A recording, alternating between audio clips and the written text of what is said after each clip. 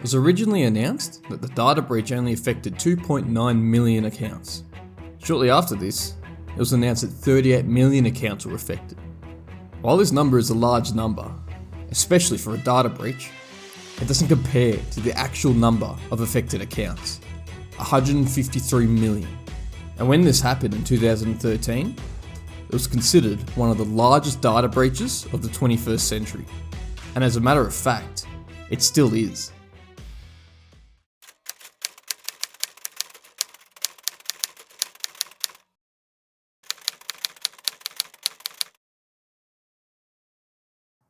October 2013.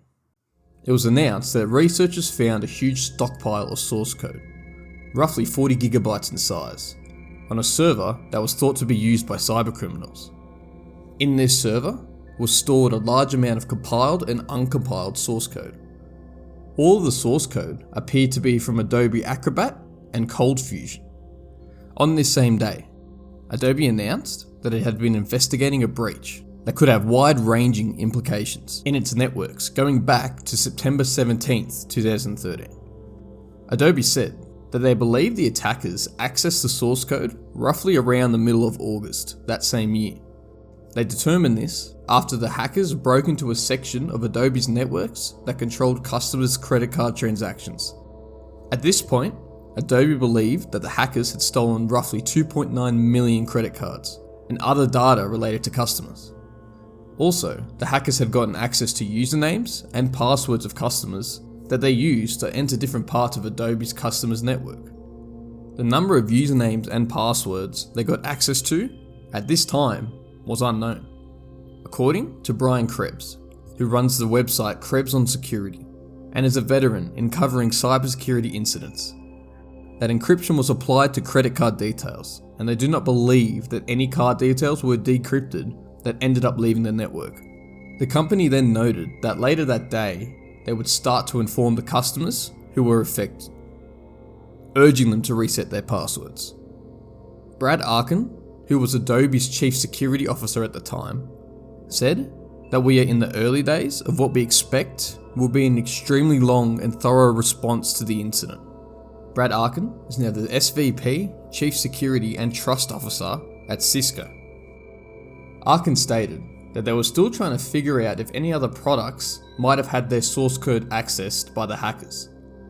We're still at the brainstorming phase to come up with ways to provide higher level of assurance for the integrity of our products, and that's going to be a key part of our response, Arkin said. Adobe said that months ago they released an update for their security that plugs all the vulnerabilities of ColdFusion that the attackers used to get in. However, plenty of their networks were still using outdated versions of the software, thus compromising them to the vulnerabilities. This could quite easily have been the problem that attackers have used to gain access to Adobe's networks. At the time, Arkin stated that the company was not decisive on if the servers that were accessed had been running ColdFusion. What he did confirm was that it was likely that the hackers had gained access through some type of out-of-date software. So initially, it seemed that roughly 3 million accounts of customers were breached. Well, closer to the end of October, it was reported that Adobe thinks that it was roughly 38 million of active users, usernames, and encrypted passwords had been stolen by the attackers.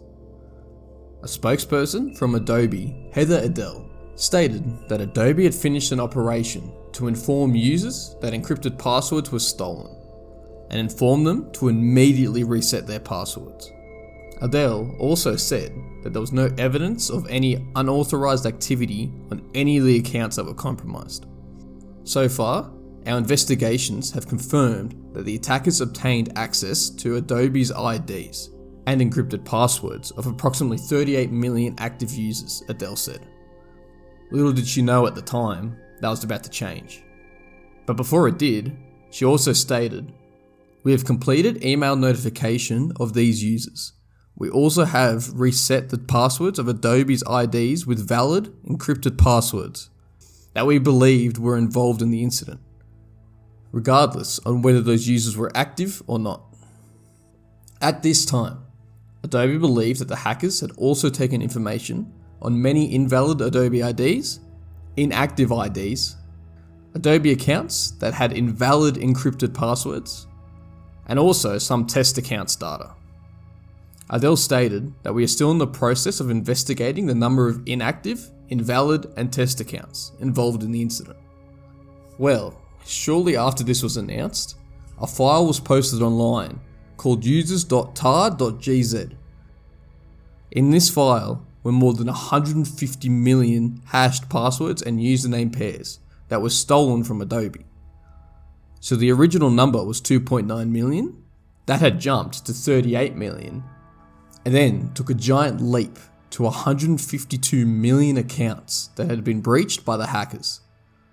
At the time in 2013, this number of 150 million meant that Adobe's hack was one of the largest in history. Additionally, in the breach, there was a cache file that was stolen. A cache file is a temporary file that your computer downloads and stores.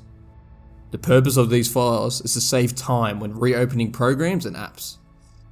The cache file was named ph1.tar.gz and was 2.56 gigabytes in size. What appeared to be in the file was the source code of Adobe Photoshop. Adele from Adobe had confirmed that the attackers had stolen at least some of the source code from Photoshop. So, how did the hackers get in? Well, on June 1st, 2015, it was reported by the Office of the Australian Information Commissioner that the attackers gained access via a backup server that was due to be taken down. The server supposedly contained only the customer's encrypted passwords and the encrypted payment information. What was discovered was that Adobe was using a single block cipher in its database and would result in passwords that were identical, having the exact same ciphertext in the database. Let me explain. In the report from the Australian Information Commissioner, it says in the database there were almost 2 million users who had the same common password. When this password was converted into ciphertext, the ciphertext was stored in the database as this. Although this ciphertext is meaningless without access to the encryption key, the fact that different users with the same password have the same ciphertext because of the encryption method that was used allowed that one common password to be grouped together. The usage of the block cipher encryption algorithm means that if a single user password gets compromised, then the password of every single person that used that same password in the database was also compromised. The attackers found that that common password encrypted was this text, and this text was equal to the password, that password being 123456. And once they deciphered one of the passwords, all they had to do was match the encrypted ciphertext with other identical ones in the database. And that's how they found that almost 2 million users had used that same password, 123456. On top of this as well, Adobe was also using and storing password hints on the same backup server. But the hints weren't encrypted, and they were stored as plain text, as you can see in this image. Investigators found that some plain text hints contained variations of the password itself, or a very obvious hint to their actual password. Once hackers got this information, they were simply able to decipher the passwords. They didn't need the encryption key. The Australian Information Commissioner report said, "This data breach demonstrates the importance of designing an information security system with multiple levels of protections, checks, and balances, and for organisations to ensure that significantly robust security measures are applied consistently across all systems." A post that was made by Simon Sharwood on the Register shows a list of the top 20 passwords that were used by the Adobe accounts. This list is rough to look at and shows the almost 2 million users that had the password of 123456. The list even shows the password was used almost 350,000 times. The findings here show a clear lack of password regulation from Adobe's end. and from Adobe users either being lazy or uneducated in password security. At this time of the breach, Adobe's password regulation was a 6-letter minimum policy. That's it. In the middle of June 2015, SC Magazine reported that Adobe had settled a class action lawsuit and paid an undisclosed amount in a settlement from the breach. They were also required to pay $1.2 million in legal fees, and an additional $5,000 for each plaintiff. Analysis shows that there could have been steps taken to help minimize or stop the breach. There's been zero evidence that any of the customers at Adobe had suffered identity theft from the breach. 1 year after this, on November 16th, 2016, according to Krebs and Security, Adobe Systems had been ordered to pay $1 million to settle a lawsuit from the data breach.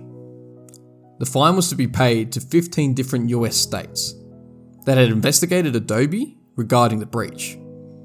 In North Carolina alone, Attorney General Roy Cooper said more than 50,000 residents were affected by the breach. An investigation by the states revealed that in September 2013, Adobe received an alert that the hard drive of one of its application servers was near capacity. When responding to this alert, Adobe learned that an unauthorized attempt was being made to decrypt customer payment card numbers maintained on the server. Adobe discovered that one or more unauthorized intruder or intruders had compromised a public-facing web server and used it to access servers on Adobe's network. The intruders ultimately stole customer data from Adobe servers, including encrypted payment card details and expiration dates, names, addresses, telephone numbers, email addresses, users' Adobe IDs, and passwords associated with the usernames. According to a statement by Massachusetts Attorney General, Adobe put customers' personal data at risk of being compromised by a data breach, and that is unacceptable. This settlement will put in place important new practices to ensure that a breach like this does not happen again. So, what has Adobe done to help improve security since the attack? Well, initially, Adobe's response to the attack was that they shut down the database that was compromised on the network. They notified all affected customers and reset their passwords. They also stopped the use of the unsecure method of password hints. Furthermore, Adobe has taken additional steps to help stop further data breaches happening in the future that were similar. They changed the storage format of credit card information and passwords, and they have added two-factor authentication, which happens to be a very undervalued tool. Sometimes, trusting the networks is not enough, and we can take simple measures to help protect ourselves. For example, our passwords. The lack of password complexity is shocking. Even though this breach occurred almost 10 years ago now, there are still users that try and use these basic passwords. Although a lot of applications have a minimum password requirement, users still find a way to make them easily guessable. My recommendation for secure passwords is to string 4 seemingly random words together. According to Google, the average word length in the English language is 4.7 characters long. Multiply that by 4 and you get 18.8, practically 19 characters. It's important to note that a long password is better than a short complex password when it comes to security. 19 characters is a very strong length for a password. The reason I suggest 4 random words is that the words should have no attachment to you, so they'll be harder to guess from a social engineering perspective. And 4 words is easier to remember than a bunch of random symbols. I am aware that Adobe has suffered additional breaches in more recent years, but I'll cover them in another video. Also, I have put links in the description to all the sources I used to gather information of this video. And if you're interested in a hack that caused fear in America, click the video on screen.